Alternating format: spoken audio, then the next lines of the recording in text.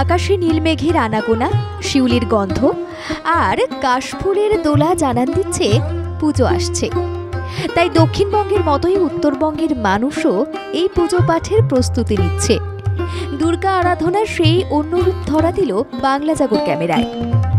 দেখা যায় দুর্গাকে অন্য রূপে পুজো পাঠের আয়োজন চলছে কালিয়াগঞ্জের ভান্ডার পঞ্চায়েতের তিলগাঁ গ্রামে।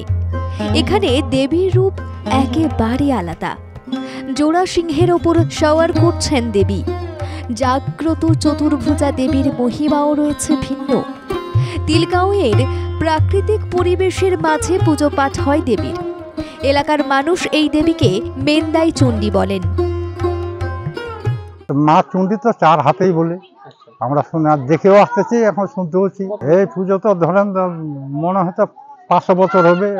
এই যে বাইনঘাটে জমিদার ছিল, জমিদার বাবু ছিলেন, সেই নাকি জমি দিয়েছিলেন, তাকে ওকে সারিকা দেখাইছে। না হলে তো এতগুলো জমি দেয় না, নিশ্চয়ই সারিকা দেখাইছে।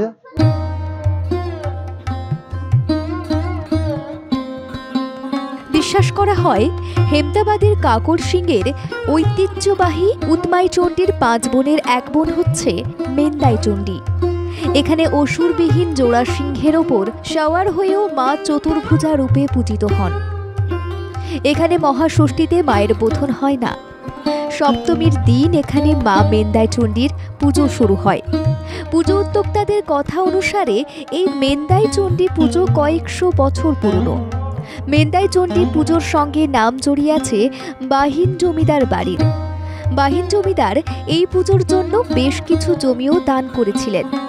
সেই জমিতে ফসল চাষ করে যে অর্থ আসে সেখানে পূজিত হন মা মেন্দাই চণ্ডী। বহু দূরান্ত থেকে মানুষ এই পুজোতে সামিল হয়ে থাকেন।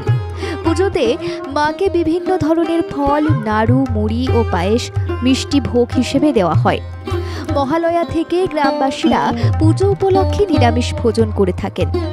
প্রাচীন এই পুজো ঘিরে ইতিমধ্যেই জোর কদমে শুরু হয়ে গিয়েছে তিলগাঁও গ্রামের প্রস্তুতি। তিলগাঁও মুসলিম প্রধান গ্রাম। গ্রামের মুসলিম সমাজের মানুষজন এই দুর্গাপূজার সাথে অঙ্গাঙ্গিভাবে যুক্ত।